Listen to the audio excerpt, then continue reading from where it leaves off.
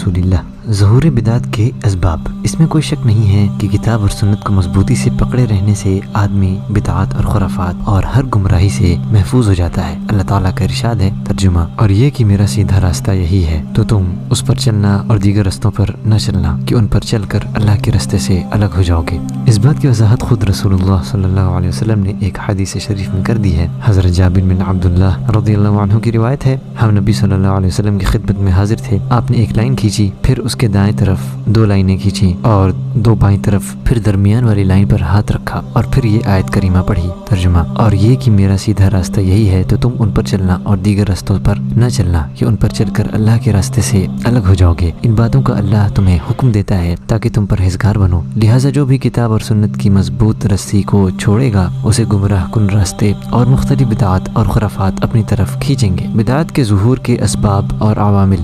دین کے احکام سے ناواقفیت، خواہشات نفس کی پیروی، اشخاص و آراء کا تعصب، کافروں کی نقل اور تقلید۔ اب ذرا ان چیزوں کی تفصیل ملاحظہ ہو۔ پہلا، احکام دین سے ناواقفیت۔ جیسے جیسے زمانہ گزرتا جاتا ہے لوگ رسالت کے آثار سے دور ہوتے جاتے ہیں، علم مٹتا جاتا ہے اور جہالت پھیلتی جاتی ہے۔ خود نبی اکرم صلی اللہ علیہ وسلم نے اس کی خبر دی ہے۔ آپ صلی اللہ علیہ وسلم نے فرمایا، تم میں سے جو زندہ رہے گا اسے بہت سے اختلافات نظر آئیں گے، اور ایک جگہ ارشاد ہے، بے شک اللہ تعالیٰ علم کو بندوں سے چھین کر نہیں اٹھاتا بلکہ علماء کو اٹھا کر علم کو اٹھاتا ہے، لہٰذا جب کوئی عالم باقی نہیں رہتا تو لوگ جاہلوں کو اپنا سردار بنا لیتے ہیں اور ان سے مسائل پوچھتے ہیں، لہٰذا وہ بغیر علم کے فتویٰ دیتے ہیں اور خود بھی گمراہ ہوتے ہیں اور دوسروں کو بھی گمراہ کرتے ہیں۔ اس سے ثابت ہوا کہ بدعت کو ختم صرف علماء ہی کر سکتے ہیں، لہٰذا جب علم اور علماء کا فقدان ہوگا تو بدعت کو پھلنے پھولنے کا موقع مل جائے گا اور بدعتیوں کا خوب دور دورہ ہوگا۔ خواہشات نفس کی پیروی۔ جو شخص بھی کتاب اور سنت کی پیروی سے گریز کرے گا وہ ضرور اپنی خواہشات کی پیروی کرے گا۔ اللہ کا ارشاد ہے، ترجمہ، پھر اگر یہ تمہاری بات قبول نہ کریں تو جان لو کہ یہ صرف اپنی خواہشوں کی پیروی کرتے ہیں، اور اس سے زیادہ کون گمراہ ہوگا جو اللہ کی ہدایت کو چھوڑ کر اپنی خواہش کے پیچھے چلے۔ اور ایک جگہ ارشاد ہے، ترجمہ، بھلا تم نے اس شخص کو دیکھا تھا جس نے اپنی خواہش کو معبود بنا لیا اور باوجود جاننے بوجھنے کے گمراہ ہو رہا ہے،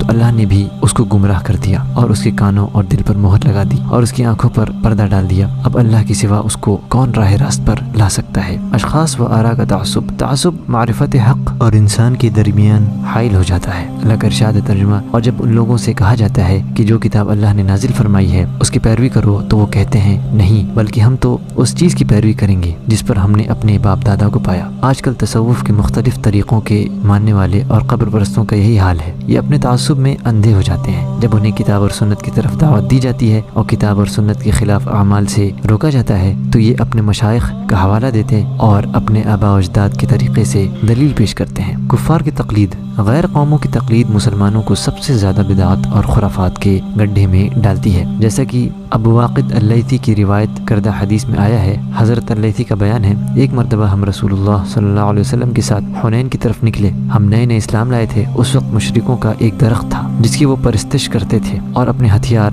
اس پر لٹکائے رکھتے تھے۔ اسے ذات انوات والا پیڑ بھی کہا جاتا تھا۔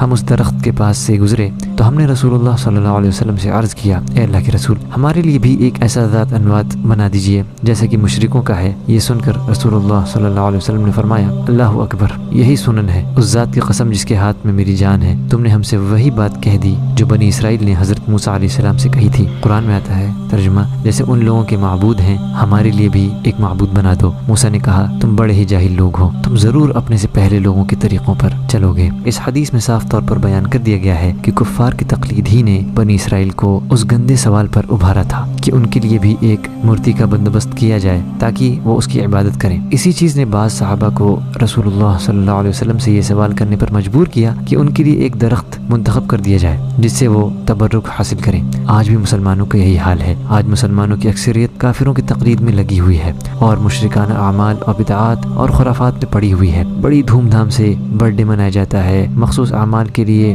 دن اور ہفتے منائے جاتے ہیں، مختلف دینی مناسبتوں اور یادگار کے موقعوں پر جلسے جلوس کیے جاتے ہیں، مجسمے اور یادگار علامتیں نصب کی جاتی ہیں، مجلس ماتم کی جاتی ہے، پھر جنازوں کی بدعت اس پر مستزاد ہے، قبروں کو پختہ بنانا اور قبروں پر عمارتیں تعمیر کرنا رواج پا گیا ہے۔ آج کا یہ پارٹ ہی ختم ہوتا ہے۔ جزاکم اللہ خیرہ۔ السلام علیکم ورحمۃ اللہ وبرکاتہ۔